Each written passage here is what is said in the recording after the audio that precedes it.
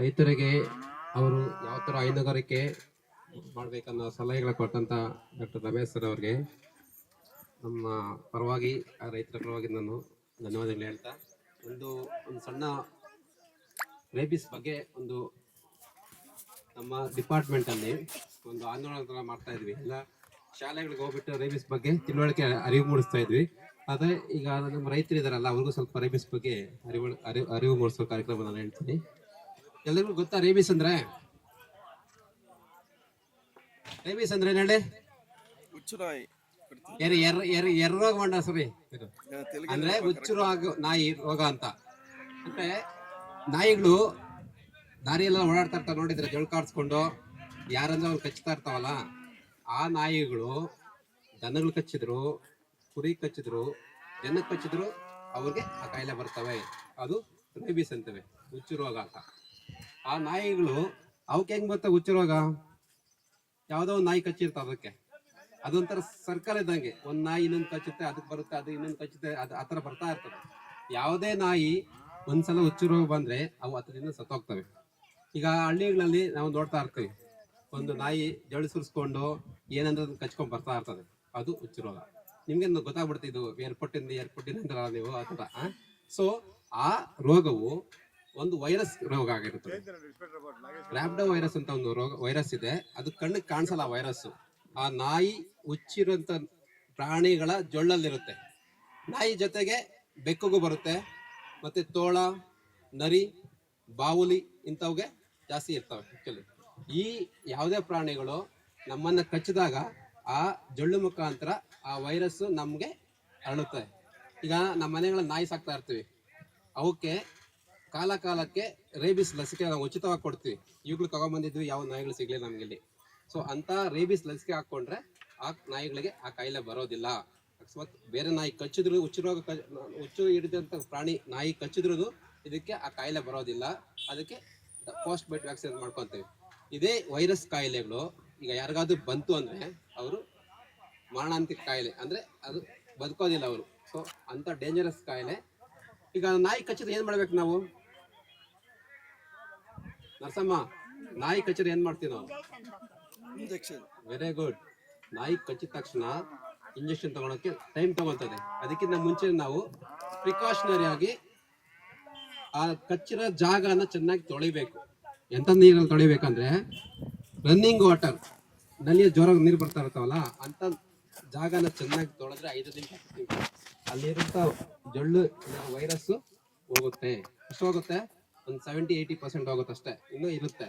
ಆಮೇಲೆ ಅದನ್ನ ಚೆನ್ನಾಗಿ ಬಿಸಿಲಿಗೆ, ಈ ತರ ಬಿಸಿಲಿದ್ರೆ ಬಿಸಿಲಿಗೆ ಎಕ್ಸ್ಪೋಜರ್ ಮಾಡಿದ್ರೆ ಆ ಬಿಸಿಲಿಗೂ ಆ ವೈರಸ್ ಸಾಯುತ್ತೆ. ಸೊ ನಾಯಿ ಕಚ್ಚಿದ್ರಿಂದ ಚೆನ್ನಾಗಿ ತೊಳೆದು ಬಿಟ್ಟು ಬಿಸಿಲಿಗೆ ಎಕ್ಸ್ಪೋಸ್ ಮಾಡಬೇಕು. ಮತ್ತೆ ನಮ್ಮಲ್ಲಿ ಎಂತ ಸೋಪ್ ಯೂಸ್ ಮಾಡಬೇಕು ಅಂತ ತೊಳೆಯಕ್ಕೆ? ಕಾರ್ಬೋಲಿಕ್ ಸೋಪ್ ಅಂತೀವಿ, ಅಂದ್ರೆ ಡೆಟಾಲ್ ಸೋಪು, ಸ್ಯಾವಲಾನ್ ಸೋಪು ಅಂತ ಸೋಪುಗಳಾಗಿ ತೊಳಿಬೇಕು. ಯಾಕಂದ್ರೆ ಅದರಲ್ಲಿರೋಂಥ ಆಸಿಡ್ ಇದನ್ನ ಸಾಯಿಸುತ್ತೆ. ಸೊ ಅಂತ ಸೋಪುಗಳ ತೊಳೆದು ಬಿಟ್ಟು ನೆಕ್ಸ್ಟ್ ಅದಕ್ಕೆ ಏನಾಗ್ತೀರಿ ನೀವು? ಕಾಫಿ ಪುಡಿ ಹಾಕ್ತೀರಾ? ಅಲ್ಲ, ಅದು ಹೇಳ್ತೀನಿ. ನೆಕ್ಸ್ಟ್ ಏನಾಗ್ತೀರಿ? ಕಾಯಕ್ಕೆ ನಾಟಿ ಔಷಧಿ ಹಾಕ್ತಿರಲ್ವಾ? ಹಾಕ್ಬಾರ್ದು. ಈಗ ನಿನಗೆ ಗೊತ್ತಿದೆ ಅಂದ್ರೆ ಎಲ್ರಿಗೂ ಗೊತ್ತಾಗಿರುತ್ತೆ ಅಂತ ಅರ್ಥ. ಹಾ. ಸೊ ಅಂತ ಗಾಯ ಆಗಿರೋದಕ್ಕೆ ನಾವು ಟಿಂಚರ್ ಇಲ್ಲಾಂದ್ರೆ ಆಲ್ಕೋಹಾಲ್, ಡೆಟಾಲ್, ಸ್ಯಾವಲಾನ್ ಇಲ್ಲ ಅಂತದ್ರಲ್ಲಿ ಇದು ಮಾಡಬೇಕು. ಅದಾದ್ಮೇಲೆ ನೆಕ್ಸ್ಟ್ ನಾವು ಡಾಕ್ಟರ್ ಹತ್ರ ಹೋಗ್ಬೇಕು. ಯಾವುದೇ ಕಾರಣಕ್ಕೂ ಈಗ ಹಳ್ಳಿಗಳೆಲ್ಲ ಮಾಡ್ತಾರೆ ಅಂದ್ರೆ ನಾಟಿ ಔಷಧಿ ಕೊಡ್ಸಕ್ ಹೋಗ್ತಾರೆ. ಅದೇನು ಹಾಲು ಹಾಕೋದು, ಕಪ್ಪುದು ಆಯಿಂಟ್ಮೆಂಟ್ ಹಾಕೋದು, ಹತ್ರ ಮಾಡ್ತಾ ಅದನ್ನ ಮಾಡಬಾರ್ದು. ಅದರಿಂದ ವೈರಸ್ ಅಲ್ಲೇ ಇರುತ್ತೆ, ಮುಂದಕ್ಕೆ ಹೋಗಲ್ಲ. ಸೊ ಹಾಸ್ಪಿಟ್ಲ್ಗೆ ಹೋಗ್ಬೇಕು. ಎಲ್ಲಿ ಹೋಗ್ಬೇಕು ಹಾಸ್ಪಿಟ್ಲ್ಗೆ? ನಿಮ್ಗೆ ಹತ್ರ ಯಾವುದು? ಪೆರಾಸಂದ್ರ ಹೋಗ್ಬೇಕು.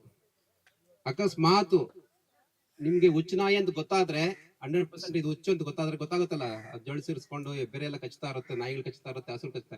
ಅಂತ ನಾಯಿ ಕಚ್ಚಿದ್ರೆ ಅವಾಗ ಸ್ಪೆಷಲ್ ಕೇರ್ ತಗೊಬೇಕು ಅವಕ್ಕೆ. ಯಾಕಂದ್ರೆ ಅದು ಬಹಳ ಡೇಂಜರಸ್ ಆಗಿರೋದ್ರಿಂದ ಅವ್ರಿಗೆ ಹೋಗಿ ಡಾಕ್ಟರ್ಗೆ ಹೇಳ್ಬೇಕು ನೀವು, ಸರ್ ಈ ತರ ಹುಚ್ಚು ನಾಯಿ ಬಂದಿದೆ, ಎಲ್ರನ್ನ ಕಡಿತಾ ಇದೆ, ಅದು ಗಾಯ ಆಗಿದೆ ಅಂದ್ರೆ ಅವ್ರು ನೋಡ್ತಾರೆ ಯಾವ ಟೈಪ್ ಗಾಯ ಅಂತ ನೋಡ್ಬಿಟ್ಟು ಅವರು ಅದಕ್ಕೆ ಅಲ್ಲಿ ಇಂಜೆಕ್ಷನ್ ಎಲ್ಲಿ ಕಚ್ಚಿರುತ್ತಲ್ಲ ಆ ಜಾಗದಲ್ಲಿ ಇಂಜೆಕ್ಷನ್ ಹಾಕ್ತಾರೆ.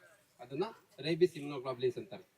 ಅಂತ ಇಂಜೆಕ್ಷನ್ ಹಾಕಿದ್ರೆ ಮಾತ್ರ ಸೇಫು. ಯಾಕಂದ್ರೆ ಆ ವೈರಸ್ ಒಂದ್ಸು ಮಾಂಸಖಂಡಗಳು ಎಂಟರ್ ಆಗ್ಬಿಟ್ಟು ನರಕ್ಕೆ ಹೋಗ್ಬಿಟ್ರೆ 1 or 2 ಡೇಸಲ್ಲಿ ನರಕ್ಕೆ ಎಂಟರ್ ಆಗುತ್ತೆ. ನರಕ್ಕೆ ಎಂಟರ್ ಆದರೆ ಆ ಕಾಯಿಲೆ ಬರುತ್ತೆ. 2 ತಿಂಗಳಾಗ್ಬೋದು, 3 ತಿಂಗಳಿಗೆ, 6 ತಿಂಗಳಾಗ್ಬೋದು.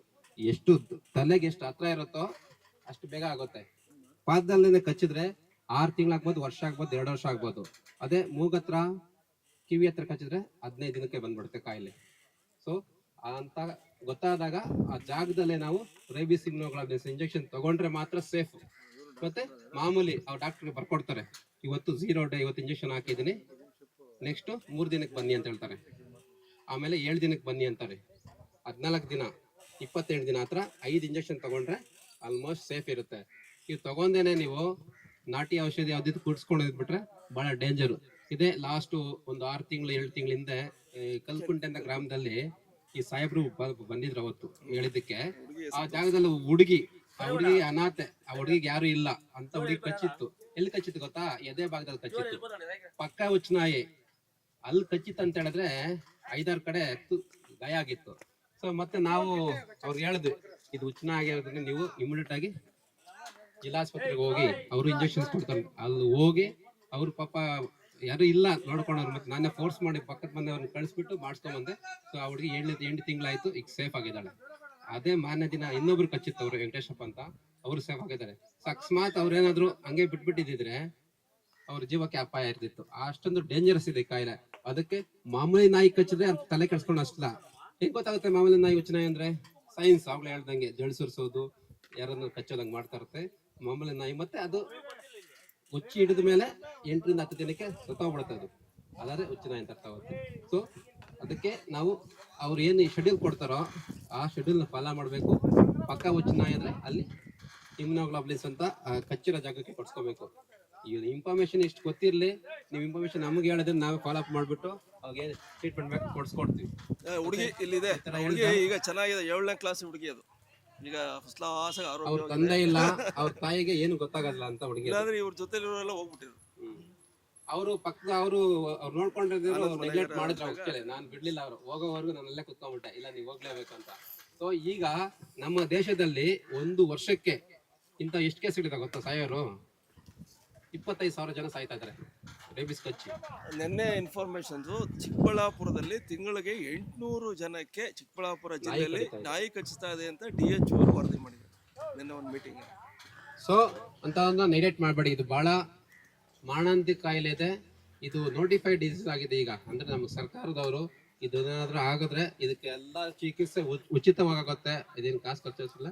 ನಾಯಿ ಕಚ್ಚಿದ್ರೆ ನಿಮ್ಗೆ ಎಷ್ಟು ಜನಕ್ಕಿದೆ ನೀವು 10 ಜನಕ್ಕೆ ಕೇಳಬೇಕು, ಅವಾಗ ಸ್ವಲ್ಪ ಅರಿವು ಮೂಡ್ತದೆ ಅಂತ ಹೇಳ್ತಾ ನಾವು ಸ್ವಲ್ಪ ಬೇರೆ ಮೀಟಿಂಗ್ಸ್ ಇದೆ, ಇನ್ನೂ ಅಲ್ಲಿ ಟ್ರೀಟ್ಮೆಂಟ್ ಮಾಡ್ತಾ ಇದ್ದೆ ಈಗ ಹೋಗಿ. ಸೊ ನಾನು 2 ಮಾತು ಹೇಳ್ತಾ ಇದ್ದೀನಿ. Thank you. Thank you.